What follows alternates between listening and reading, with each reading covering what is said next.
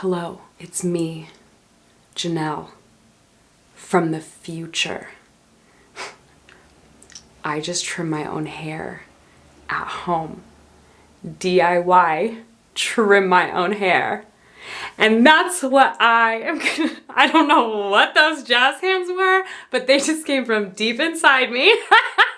In today's video, I'm going to show you how I trim my hair at home. You saw my last upload, why I'm no longer adding layers to my curly hair. You know why we're here. If not, watch that video, get caught up, and then come back and see me. In today's video, I'm going to show you how I trim my hair at home and what I'm doing to balance out the layers that I do have, so ultimately they all connect in the long run, how I keep dead ends off, and how I trim my hair minimally so I'm keeping it healthy, but I'm still ultimately getting that length so I can get rid of those few last pesky layers that I'm over, that I can get back to living my most voluminous, full, high density appearing life.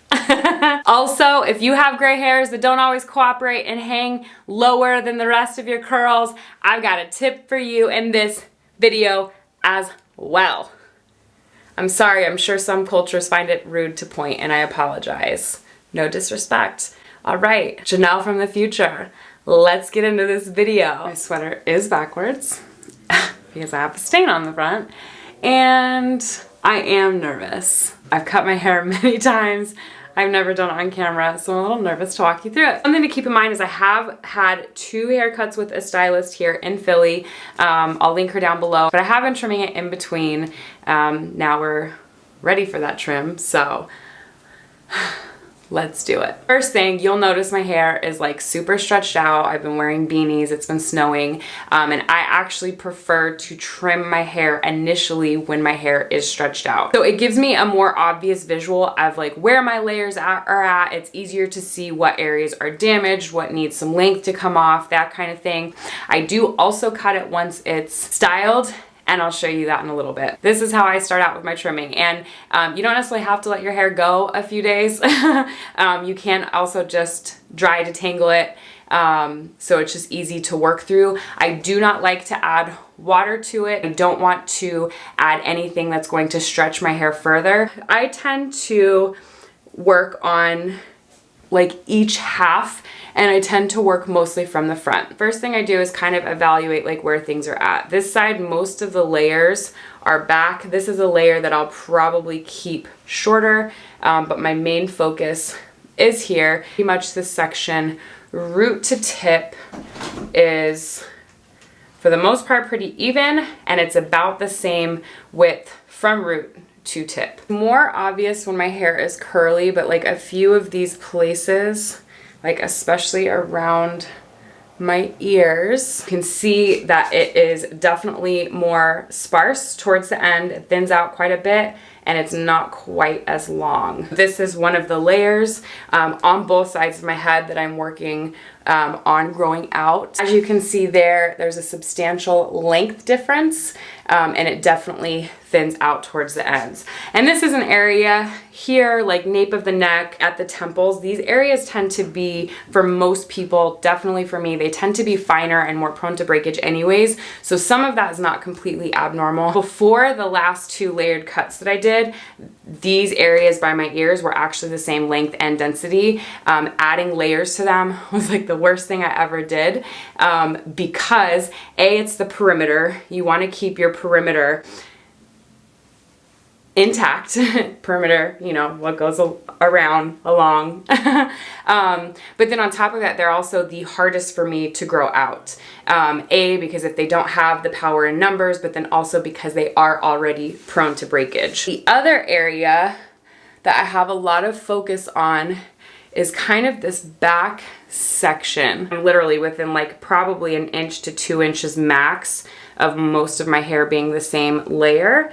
But it really falls out this last like 1/2 inch. And that is the case for most of the back of my hair, but the middle back of my hair is the worst. It's the section that saw the most damage. Sick of having short hair, y'all. I probably could have had waist length hair, so I've been slowly bringing it up to meet the rest. I'm not completely getting rid of my length, but I'm bringing it up enough so it has that protection in numbers. I want the thickness all the way to the ends.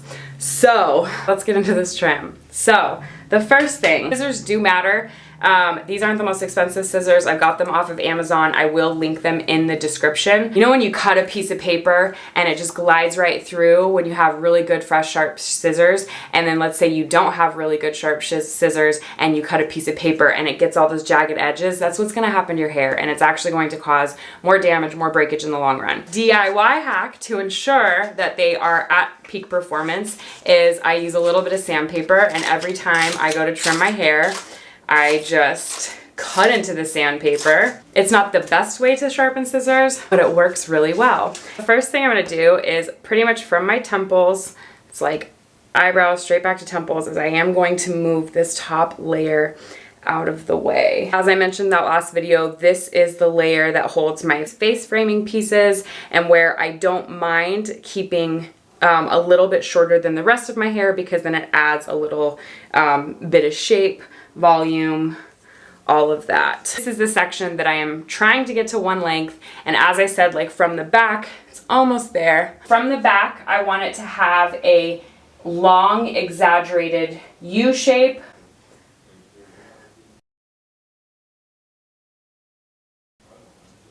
Number one, I hate the V. I don't like how it looks at all, especially on my hair type. I think some people with like higher density and like really thick textures can pull it off, but most people, if you don't have a really high density and if you have fine hair, you just end up with these scraggly pieces at the bottom and not enough support, and it's not for me. If you love it, I'm not coming for you, my opinion, but that's how I feel. But the U is important because the tapering at the sides allows it, when it comes forward, to have the very square appearance. I'm going to part it down the middle. Most of the time I don't use a comb. I'm trying to be professional for y'all.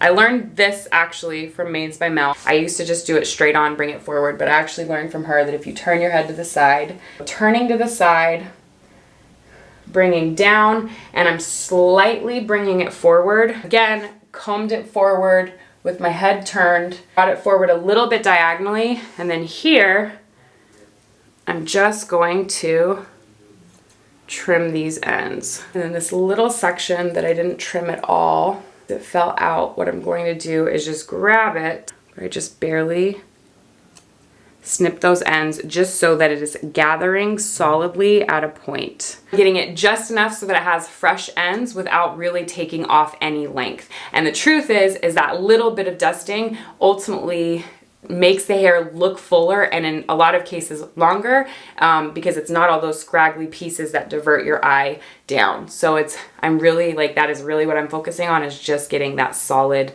shape. So this side, because I have the bigger gap here, it's a little bit trickier, and I'm not going to bring all of this up to this piece.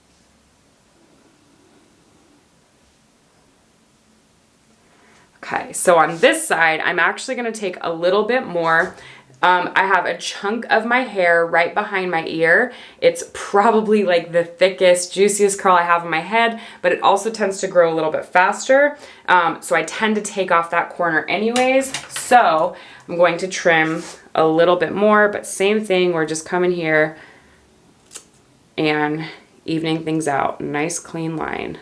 So then pull forward, looks pretty square. So now what's going to happen, I'm gonna go wash it and I'm going to style it. So with this top layer and anything else, I want to trim it once it is styled so I can actually see where the curls are laying. Because I'm just seeking growth and root to tip density on all of these curls, the focus really is going to just be slightly dusting the ends so that they're solid. It's not always the perfect shape because again, they're growing out. I take as little as possible, but as much as is needed so that I don't see further damage, so that these layers don't continue going up. I'm going to wash, style my hair. I will see you on the flip side and I will show you how I finish it up. I'm taking my time today. Expect darkness. And we're back with a pretty bomb wash day, if I do say so myself. If you want to see this wash day, it will be going up on my Instagram. So if you're not following me there, be sure to follow. Now, what I like to do at this point, and I feel like this is one of the most important aspects in terms of if you want to play with your shape, but then also really be sure that you're getting the dead ends off. Earlier, we just mainly got the base, most of the perimeter. Now I'm gonna go through and really kind of go curl by curl and trim. You could clip this section off, but I'm not going to, because when I trim the ends, I consider two things. I consider how much needs to come off of it, but then also where it's going to lay. As long as there's not split ends like way high up, I cut as little as I can off of it while getting as much as it needs. Does that make sense? If it has split ends, I just trim it, especially with this top layer. One of the reasons I like doing it once my hair is styled is because then I can see where the hair is laying. I can see the natural curl clumps. I can trim based off of that. You can kind of see that it starts to get sparse right about here. You want to trim it in the C of the curl, and I want to trim it in a place where it's going to be blunt. So we've got C, and the C is starting here, so I'm gonna trim just right here. Let me make sure you can see it. So again, you got a C kind of forming there, and I'm going to blunt cut it up. Had my hair trimmed about 2 months ago now. My hair in most places is not super in need, so I'm being more so selective, and I'm really just gonna focus on the top layer, like around my ears at the nape of my neck. It tends to see the most damage, and I just want to ensure that my curls are going to grow out healthy. I'm going to be able to maintain that length, and that eventually they will get root to tip density. Sometimes I will just kind of guide the curl back into its shape, like if it's a little out or if there's a couple hairs, just so I can really see. I just grabbed this little scraggler, and it is a mess. I probably separated it from the group that it wanted to be in. Ideally, so look, you can see where the density ends off. It definitely starts to get thinner here, but especially down here. So because I'm not 100% positive if this is its own little guy, if it was part of a curl cluster and just got separated, whether in styling or whatever, I'm not going to really take much length off, but I see some split ends for sure. I see some fairy knots, and so I'm going to cut them. You can see how short these ones are. They actually come down to about the length of the rest of my hair, but they bounce up the most. I probably trim these little sections once a month or so. Just barely, just enough to give it a solid blunt end. The other thing that I kind of look for are these like pieces that are just not really curling. But like in an ideal world, I would probably chop this off quite a bit, but we're on a growth journey, so not gonna do that. But we are gonna take a little bit more from the bottom. Something to keep in mind is you do really want to hold the curl loosely. You want it to be in its most natural shape as much as possible. Like, look at this little wonky thing. So I'm gonna go, oh, where is this one? Okay, this is kind of the back top. So I'm gonna cut a decent amount off of this one because it just is like a mess. I'm gonna cut it right here. So the pieces that I'm pulling from the back, I like to bring it forward, kind of hold it loosely.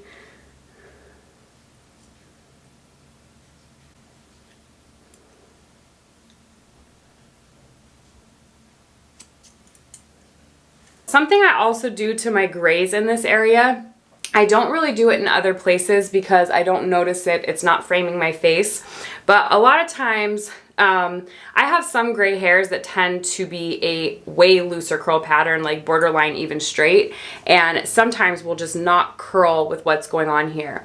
And so especially once my hair is really styled, I always want to do it when my hair is really styled. If there are still grays that are sticking out under here, I just trim them just under where the rest of my hair is falling, maybe a slightly longer because they will ultimately bounce up.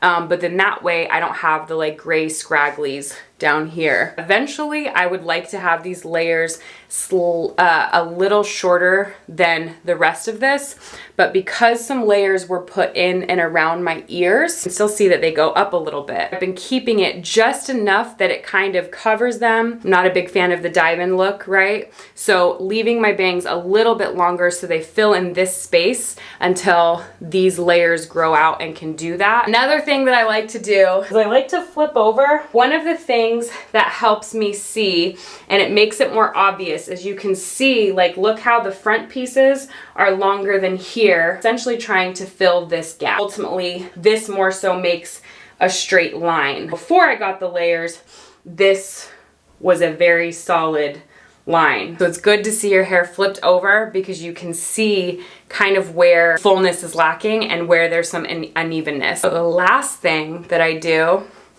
baby, I need you. So the last thing that I do, and not all of you will have access to this, not all of you will trust your significant other to trim your hair. Daniel and I have had many goes at this, but every time I trim my hair, I have him come and look at it from the back and essentially make sure that it's straight. Is it straight? Yeah, it's pretty straight. Is there anything that you would cut? Is there anything like hanging down? No. Does it look like it's doing like this and then slowly going up, or does it look more V? No, what you said. Perfect. Welcome. Here we go. That's how I trim my hair at home. I feel like it actually looks really good too. It's almost there, y'all. It's almost there. F layers for good. Just kidding. I still want a little bit, but up top. We talked about it. Okay, a couple quick tips before you attempt this at home. Less is more. So I trim my hair on wash day. I can easily go back in if I miss something, that kind of thing. So just don't get overzealous. It's so easy to do. I've done it. You can take more off. You can't put it back on.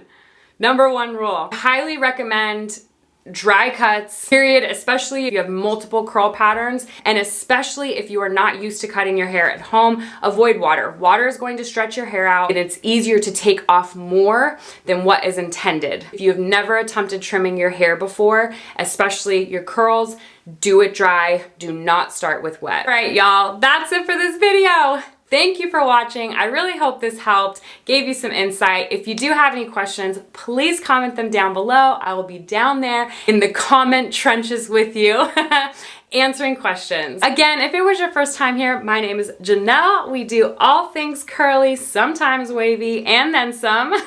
If you like this video, please give it a thumbs up. It really supports me and this channel. And if you have not already subscribed yet, what are you waiting for? We're about to hit 70K and it's time to get on that bus. So slam that subscribe button, hit that bell while you're at it to turn on post notifications so you do not miss a thing. And I will see you next time. Bye.